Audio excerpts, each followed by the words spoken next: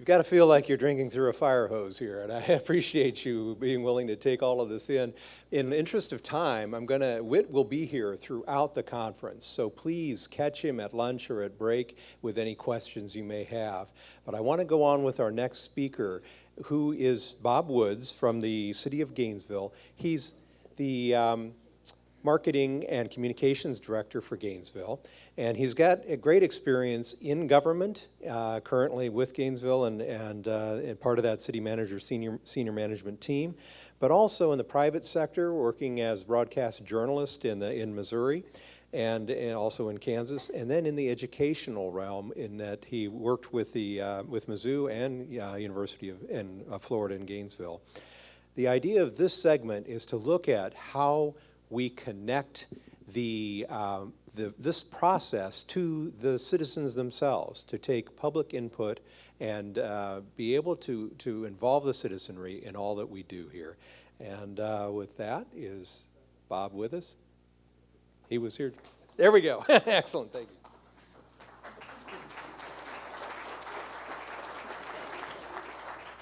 Good morning. I am delighted to be here this morning. Many of you may have had an expectation to perhaps hear from our city manager, Anthony Lyons. Unfortunately, we've had an unfortunate and unexpected passing in our senior staff, and so, of course, the city manager is staying behind to make sure that his team pulls together in this time of loss.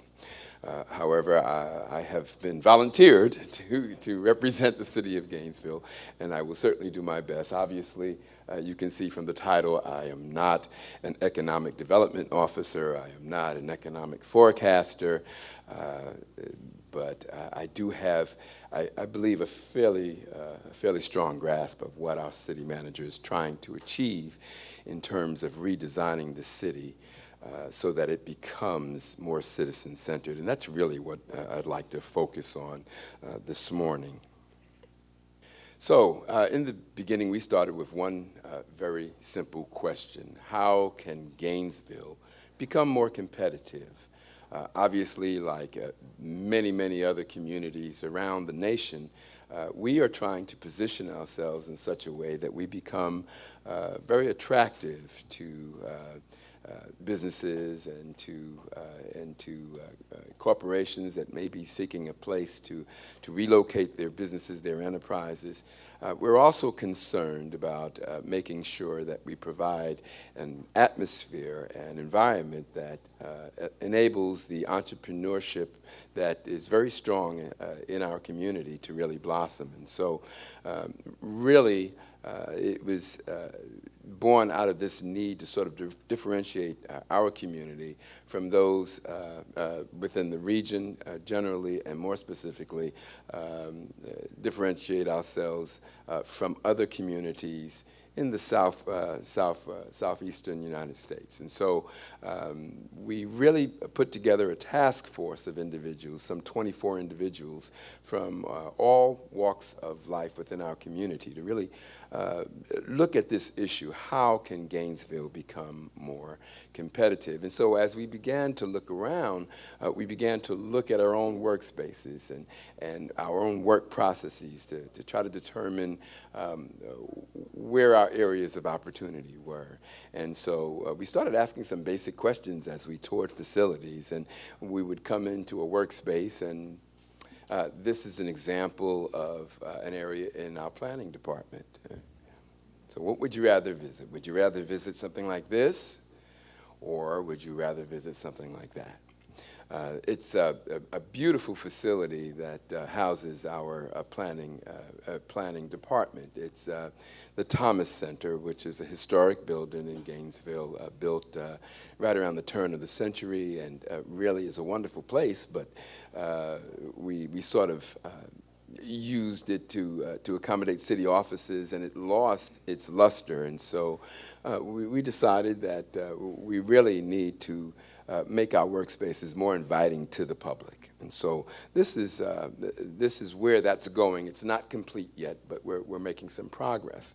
What we decided that we really needed to do is look at what other successful businesses are doing to really begin to redesign their processes, their workspace, their policies with regard to dealing with the public and also dealing with internal constituents, their employees, for example. And so we looked at a number of different companies. We actually employed a design thinking firm out of California that is known as IDEO, and they've done some really exciting work in terms of human-centered design. They've worked with all of these companies that you see on the screen to begin to redevelop their processes in a way that put their customers at the center of their business models. And so we then began to ask the question, how can we redesign our processes so that we accomplish the same thing? That is to say, put our citizens at the center of all of the city's processes. And the intent there is to design our processes so that the first timer, whatever the need may be, whatever the desire may be to accomplish, that this first timer would be able to negotiate our processes as swiftly, as smoothly, as painlessly as possible. And what we realized is that that's easier said than done, obviously. Our processes have grown over years based on what was easiest for city staff to accomplish. And so somewhere along the line, we sort of had to reorient our thinking from what was easiest for staff to accomplish on behalf of the public to what is it that the public wants staff to do for them. It's really taking the existing model and turning it on its head, so to speak, so that you don't begin your design process by looking at how you can be more effective. You begin your design process by finding out what your citizens actually need from you. So we call our solution Citizen-Centered Gainesville. And I've really just explained to you what it is. It's essentially putting our citizens at the center of every single process that the city engages in.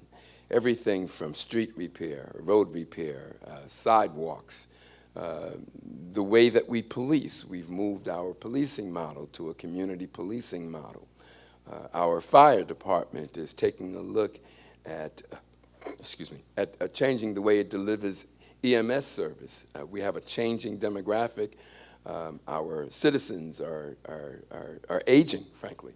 And so we need to take another look at what we can do to provide not only emergency medical services, but preventative medical services. So to do this, to aid us in this endeavor, we are implementing the 9 changes recommended in a report that was developed by this group of 24 citizens that took on the task of answering that number one question, which was, how does Gainesville become more economically competitive? Their recommendations are contained in this report, and I've left a couple of copies there, and I'll also leave a business card if anyone is interested in getting a hard copy report. In addition, it's also online at the City of Gainesville's website. The 9 changes you see there, I won't go through each one, but essentially our commitment speaks to our intent to follow through on the recommendations outlined in this plan. One band, one brand, that is everyone's speaking from the same sheet of, I should say singing from the same sheet of music. And then our Get It Done plan, how we're going to accomplish redesigning our city's processes to put the citizens at the center of all that we do. Change 4 recommended the talent to win, and that addresses the issue of making sure that we have the right talent, the right skill sets, in the right places throughout our organization so that we can be more responsive to citizen needs. change 5, our front doors. The city has a number of different entry portals that citizens are able to access city services through, everything from our website to our physical doors. I'm having an issue. Everything from our website to the front doors, the physical front doors of the facilities at the city.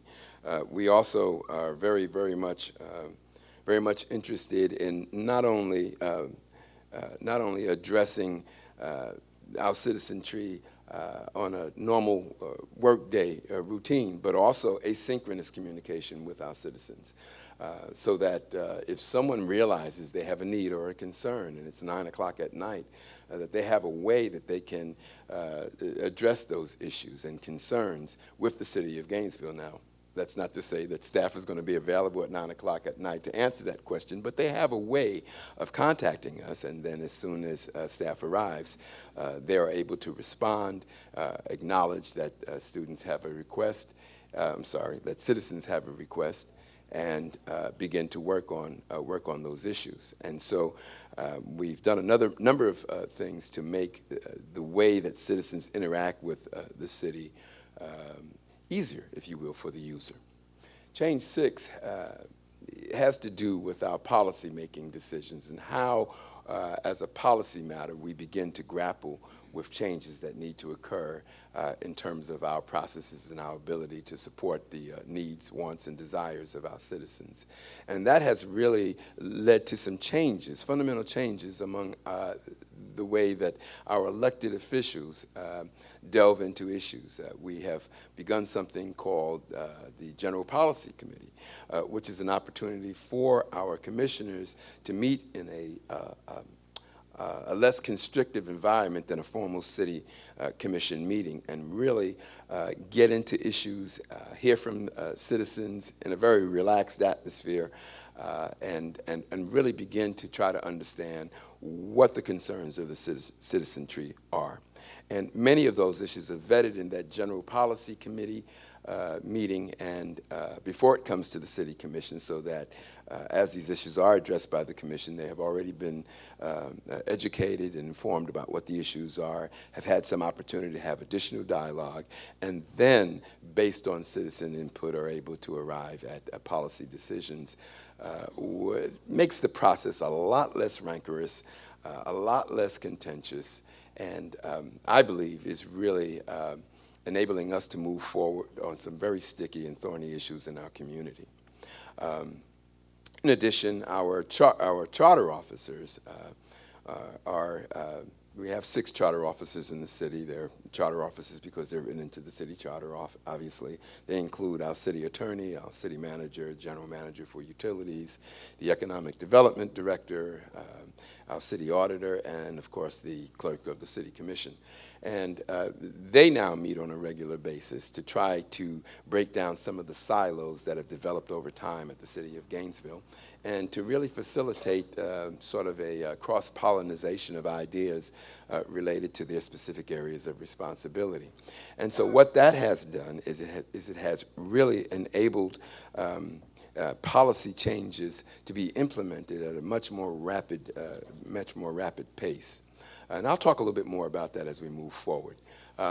Change 7, obviously, I've spoken of. It's really the crux of what we're trying to do, which is to put the citizen at the center of everything else that we're doing.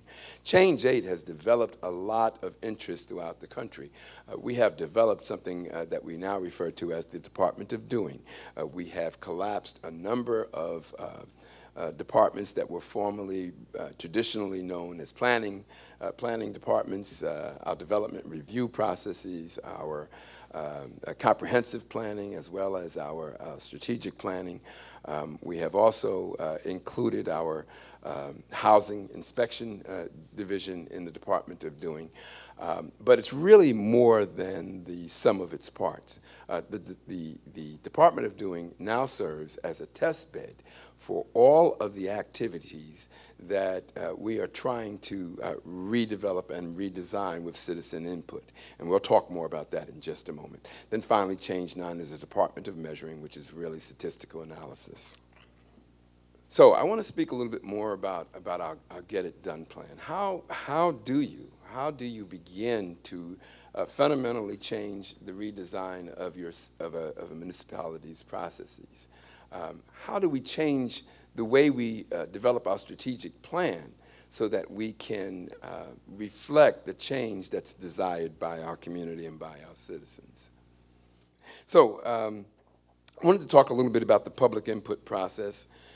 Early in 2016, we developed something called the Gainesville Creative Series, and the Commission has led 4 public forums through what we call an Inspire session.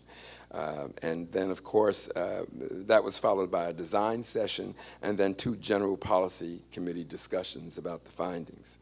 We then facilitated more than 10 collaborative workshops with departments, directors, and organizational leaders to sort of get at how do we begin to really reflect the needs and desires of our citizens. We toured more than 20 different service areas to better evaluate the impact of the strategic plan on the city's day-to-day operations. We connected with citizens at 24 in-person outreach sessions, just opportunities through community events, neighborhood meetings. We walked door to door in our neighborhoods. We hosted a telephone town hall forum. We shared a text to connect platform. We actually put information messaging on UF sporting events scoreboards, letting our public know where they could contact the city and how they could access our planning processes to give their input. We also had a number of online surveys that were made available to the citizenry through a process we call Engage GNV. We conducted more than 40 interviews with our mayor, commissioners, other policymakers within the community, and also opinion leaders. We collected more than 450 big ideas to improve our city and design our best Gainesville. The result of all of that activity was that throughout the last year, the Commission has connected with more than 2,400 citizens through the Gainesville Creative Series. And through that process, we were able to begin to wrap our heads around what we could do to change our systems to make them more effective for our citizens. And so what that led us to is a new way of sort of thinking about where we begin the process. And this is a process, and it's an evolutionary process. It's an iterative process, and it continues even today as I speak. But the nexus of what we began to understand from our citizens is that, you're here to serve us. And the purpose of a city should be the people of the city. I personally, as a communicator, think it's a little wordy. I would have preferred something much more simple, like our purpose is our people, right? I mean, that's really what we're really trying to say. Our citizens have told us that they no longer want to be the place where the University of Gainesville is located. Right? They want to stand on their own 2 feet. We certainly recognize the value that the university brings to our community. It's the 900-pound elephant in the living room. We understand that. We welcome that. And what they really want for us to become is an example of what the new American city should look like. And that's no small task. But our city commission, our senior leadership have made a decision that we are going to take our best stab at doing exactly that. And that in order to achieve that, we will have to do things radically differently than what we've done in the past.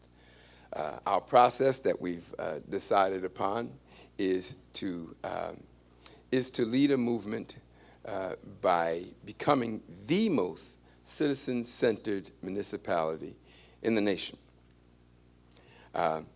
As a communicator, again, concerned with the responsibility of communicating that to the public, I talked to my city manager and suggested that perhaps we should be a little less ambitious and set our sights a little bit lower so that we can declare victory earlier on. And he just shared with me, no, Bob, we're going to do this. We have the tools. We can do it. We have the will. We are going to do it. And so that's the message. We will be the most citizen-centered municipal government in the nation. And how we will achieve that? Again, by putting our citizens first and also employing civic innovation at every single opportunity that arises. We will do that by building systems that take advantage of that technology, and we will also never stop asking the citizens questions about what they need and how we can provide it to them in a better fashion. So we have four different prisms, four different frames, if you will, that we are looking at our processes through. The first is what we're proposing going to support a stronger economy. The second prism is how will we plan for a better future for our community. Thirdly, does what we're proposing to do foster greater equity in our community? And last, is it something that enables us to establish a community model? So what does that really mean? Well, what it means is that if we are proposing to provide new incentives for a business, does it have a broader impact on the community than just for that particular business? And if so, can we demonstrate that in a meaningful, tangible way to the public? Secondly, how do we plan for a better future? Well, the bottom line is that our youth in our community are our future. Our schools in our community are our future. How we address the needs of an aging population really speaks to where we're going in the future as a community. How do we foster greater equity? Gainesville is very fortunate in that we have an economy that is government-based, which means our highs are never as high as some of the other communities around the state. It also means that our lows are not as low when we have economic downturns. So we've got a range that we're fortunate to be able to deal with. We're never really affected by significant swings in our economy. But as our economy has developed, we have made a commitment for providing a platform for high-tech industry. What has happened is that at the expense of providing that platform for high-tech industry, we have not done the kind of job that we probably should be doing for low-tech jobs and wages in terms of attracting jobs that are available for the complete spectrum in our community, the economic spectrum in our community, the blue-collar workers, if you will. And so, everybody loves white-collar jobs because they're clean, they're high-paying jobs, and it's great to feel good about that. But the reality is that we have a large segment in our community that will never be hired as a computer program director. They'll never be hired as a doctor or a lawyer. They'll never be hired as a CEO of a business. But yet they have families. They have hopes and aspirations. Isn't it part of our responsibility to ensure that the complete social strata of our society in Gainesville has the opportunity to be successful? And that's the one area that we, frankly, need to do more to address. And so when we talk about fostering greater equity, how then do we begin to address those issues? A few moments ago, I was listening very intently about some of the transportation issues that you struggle with here in Pinellas County. And I can tell you that central to the idea of greater equity is transportation. If your residents, if your citizens cannot get to where the jobs are, they have little prospect of being prosperous. And so we're struggling with some of those same issues in terms of our own transportation network, and how do we situate and locate new businesses that offer some of the low-tech industry employment that many in our community really are desirous of. And so when we take a look at our planning processes, when we take a look at our transportation processes, the frame of greater equity really is taking on added significance. Be a community model. There are some times when local government has a responsibility to step out into areas that private enterprise simply is reticent to step out on. We look at CRAs, and obviously they have a need in terms of redeveloping blighted areas. And it's the same thing throughout our government, that we have to be prepared to take on challenges that businesses, that other institutions may be a little bit more reticent to take on. And so that's an important prism for us as we begin our long-term strategy and planning. So how can we solve some of these old problems with this new approach? And really, the idea is that our main purpose really is to help and guide and celebrate our citizens so that they are able to accomplish whatever their hopes, dreams, and aspirations are. And then to leverage partnerships to design solutions for the greatest of those challenges. So we talked about the Citizen Creative Series, Gainesville Creative Series, and we looked at it in terms of a three-phased approach. I talked about the opportunities we had to speak publicly with folks in the Aspire portion of this bell curve that I have on screen here. The first part is really just to sort of define the challenges that we face, observe how people try to overcome those challenges, and form some insights from that. The second phase of our process is to ideate. That is to say, we sort of look at what the challenge is. We've observed folks trying to negotiate our processes, and we then begin to figure out what we can do to understand where the kinks in our processes are.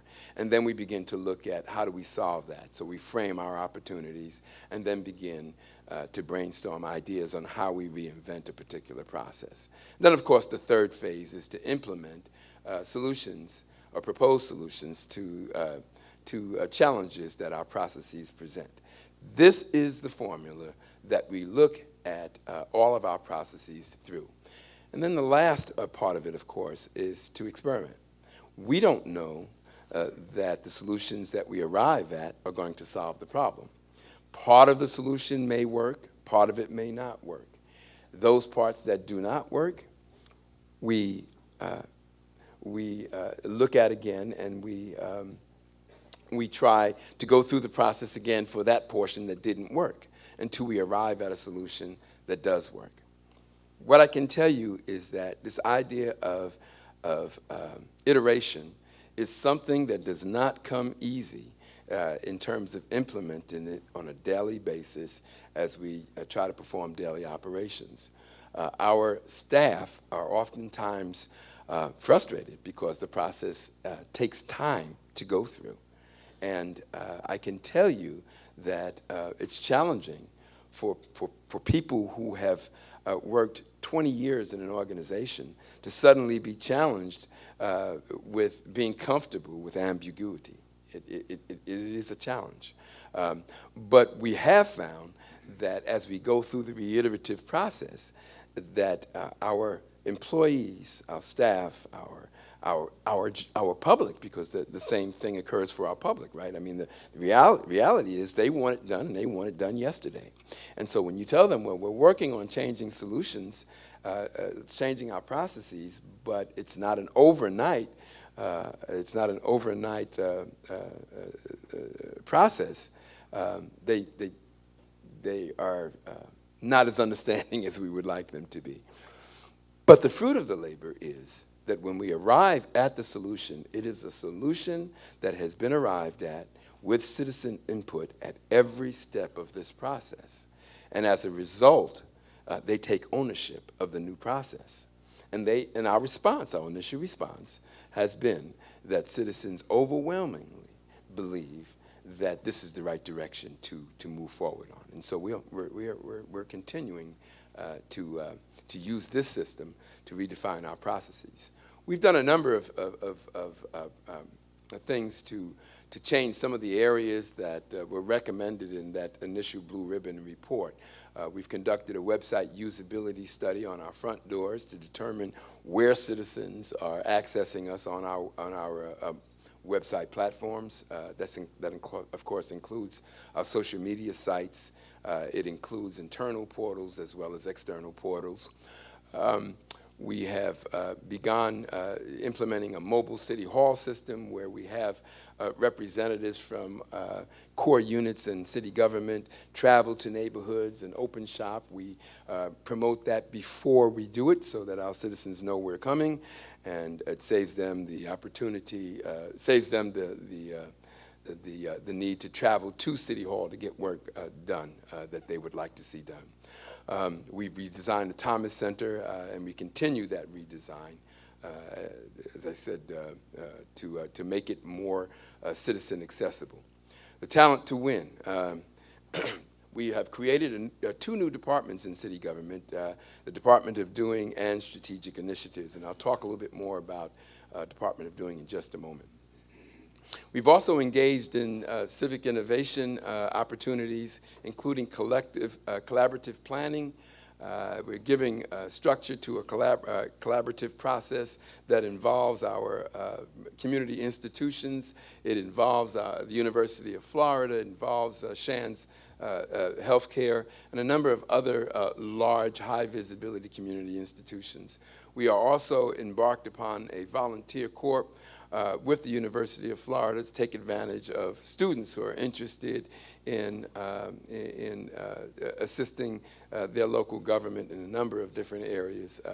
We have embarked upon implementing a fellowship program with the university, and it's really designed to procure some of the young, bright minds in advanced study at the university and take their expertise and frankly, energy, and apply it to arrive at solutions that will benefit our citizens within their respective communities. And then finally, the idea is to create this living laboratory as a city whereby we can experiment and determine what works and what doesn't work in terms of problem solution. Our Department of Doing. It's been a real interesting experience to see a Department of Doing created out of existing departments and to change a basic philosophy.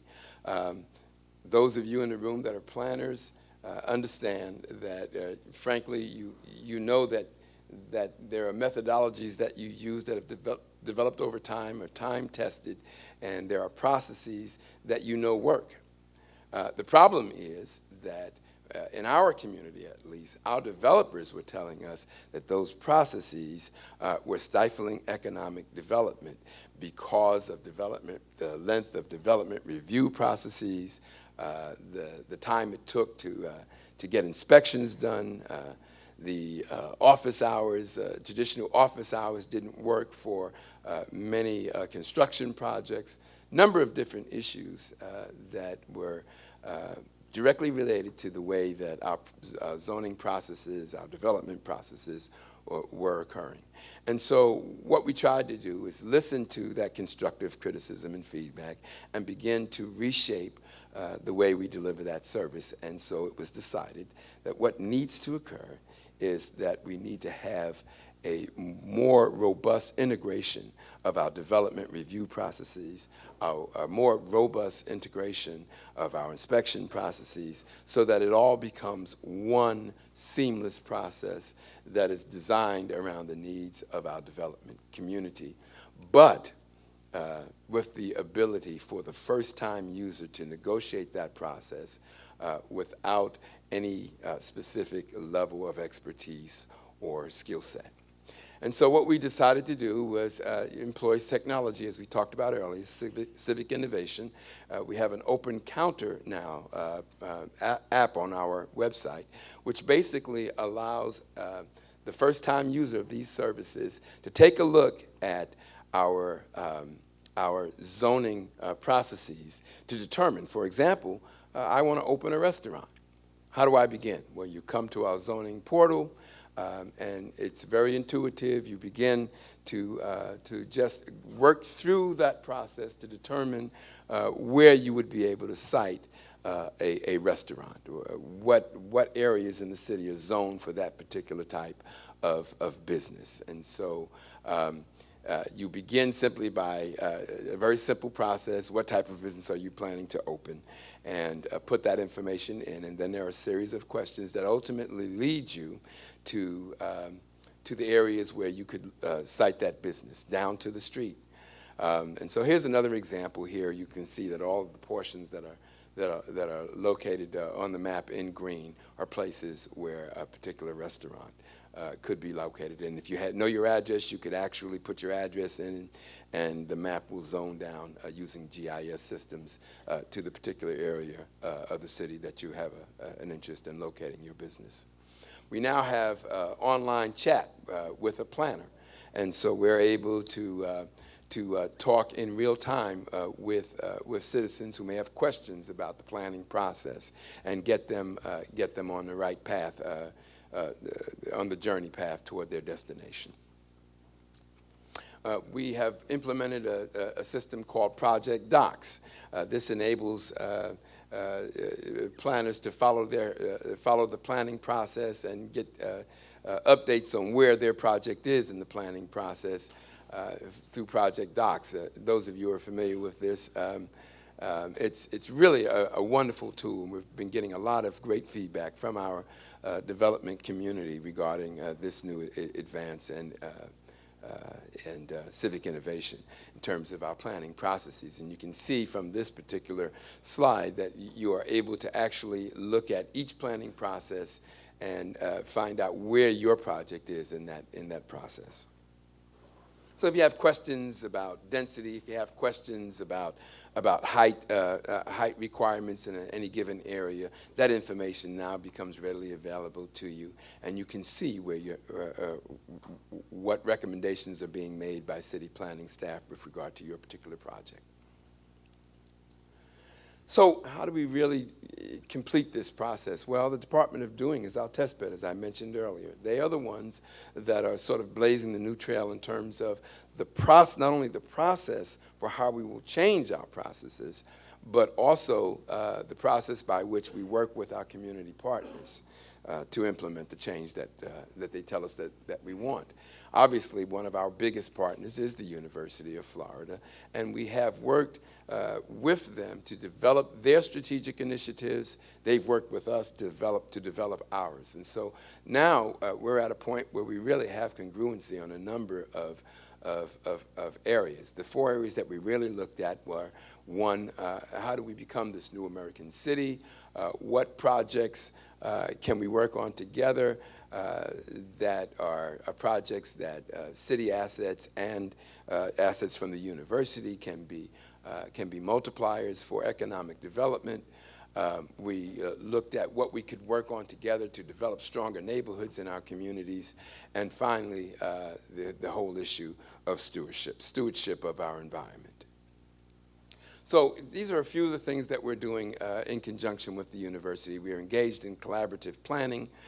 There is a University of Florida partnership with the city. The university has begun the first phase of this partnership with an investment of $250,000 in grant funding. This funding will go to seed research projects that we hope will help to turn our neighborhoods into living laboratories. This will also facilitate the development of our fellowship program in that graduate students will then have the opportunity to conduct research and the funding to do that on problems that are specific and unique to our community. Access to housing, cooperative business ownership, creating neighborhood vitality indexes, urban growth and business development are all areas that are opportunities through this grant funding process. We've established a volunteer corps, and this really is designed to take advantage of other national programs as well as local programs to be able to build a strong network of volunteer opportunities throughout our community. We're particularly paying attention to stormwater mitigation, the mentorship of volunteers, and also disaster awareness in our community. Specifically, the fellowship program involves the Bob Graham Center for Strategic Research and Fellowship. There is a strategic initiatives rotation. We'll be looking at several different areas in depth, the way that we provide digital services, research and prototyping, how we communicate and engage our community, and visual design elements for our community.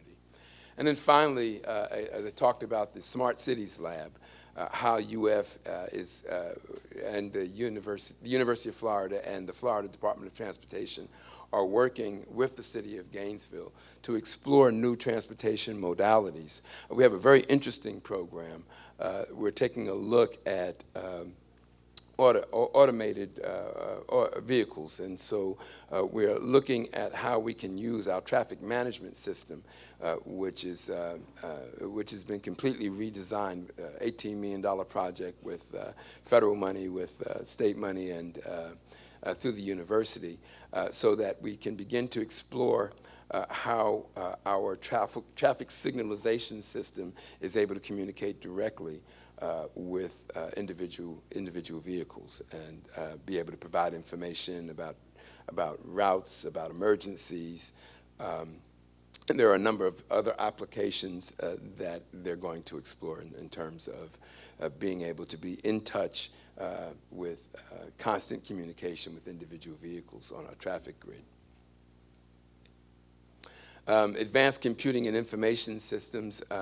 What can we do to really promote the use of advanced computing software and capabilities? How do we tie those to our daily operations? That is a specific area of research that we're working with the National Science Foundation to try to develop. Urban informatics. How do we take advantage of big data? How do we begin to really harness the information that we collect? We've put it all online. It's accessible, but there's such a voluminous amount of information. Really, how do you make sense of that? And so that's a specific area of research that we're hoping that the UF collaboration will help us to achieve. And then finally, we have a Smart Cities Advisory Board. Our city manager has been appointed to the Smart Cities organization. They have a meeting in Austin this year in June. Our city manager will be attending that particular meeting to talk about the first reports on the status of each of these new Smart City Lab initiatives. So the final question that we are in the midst of asking our community and our community partners is, what inspires you? And what can you contribute to the area that inspires you? That's a continuing dialogue. It's occurring at every city commission meeting. It's occurring at every staff meeting that I attend. It is occurring throughout our community with our nonprofits It's occurring on the university. We're trying to develop a continuous community conversation about how we move our community forward by using the available technology and by being cognizant that our entire purpose are the people of our community. I'll be happy to take any questions you might have.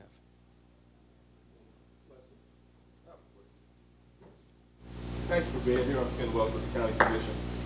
First question is, how popular is the chat with the planner? I've always wondered. Extremely popular. It is extremely popular. I can tell you that we're looking at changing staffing to accommodate the number of chat requests that we're getting. We started out with one half-time person being responsible for that area. And now we're looking at developing a position called an action officer, which would be able to not only direct the members of the public who are interested in our planning process and contact us by chat, but what we're finding is that other citizens who may not be interested necessarily in planning issues are using the chat feature to get to other areas of the organization. So we're developing something called action officers who will then be able to redirect those to the appropriate area of our community. A quick question. You mentioned big data. Have you moved forward with business intelligence implementation? Yes, we do have a number of software programs that we've deployed, but we're not satisfied with where we are. We work with a company called Peak Democracy. There are a couple of other companies that we're working with. But again, the issue is the data is out there, but being able to understand what the data means, to interpret the data, that's the bottleneck in our process. We've been working with local members in our community with software expertise and with data analysis expertise to try to see if we can do something locally in-house. But in the final analysis, until that problem is really solved, it's wonderful to collect the data, but if it's not going to inform your decision making, it's really not that, frankly, useful. Yes, sir. How long does it take you to make the building, planning, and zoning process more user-friendly? I can tell you that our Department of Doing Director, Wendy Thomas, has been with us less than a year. But is an absolute dynamo and has been working very hard to implement the changes that we've asked her to implement. I can tell you it's an ongoing process, and the reality is that it's constantly iterative. It doesn't stop, and so we're never at a point where we can say that we've completely satisfied the public in terms of our processes. It's always iterative. I can tell you that redesign of the space was a big piece of that because it changes the citizen's mindset. Instead of going into a cluttered, dark office space, they now understand the value that the city puts on the planning and development process just by virtue of rearranging the space. The chat features took her, I would say, about 6 months to implement. We've also done some reorganization of staff to make it less hierarchical so that we have greater ability to meet together on a more consistent basis, and everyone is empowered to really bring issues forward at any time. And if there's a need to bring the entire staff together to try to solve that problem, we do that. This normally occurs when a process has been in process for a while and for one reason or another has bogged down.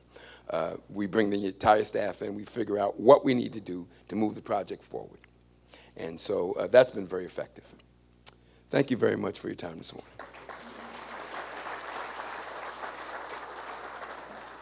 And again, Bob will be available during the break, and we hope you'll ask any additional questions at that time. I want to put a plug in for doing things. Our county administrator has made a focus of that since he took command of the organization, and the Doing Things for You brochure is a good indicator of that. But he is constantly pointing all of his department directors at achieving performance measures and not just planning for and governing the community, but to actually do things for the citizens. So thank you, Mark, for being here, and thank you for your focus on the citizens. With that, I want to give you until 11:15. We're going to have we're going to have the next speaker actually speak during part of the lunch break, but now take a little break till 11:15 and then come back quickly. We've got a commission study on the competitiveness of Pinellas County that we want to introduce to you.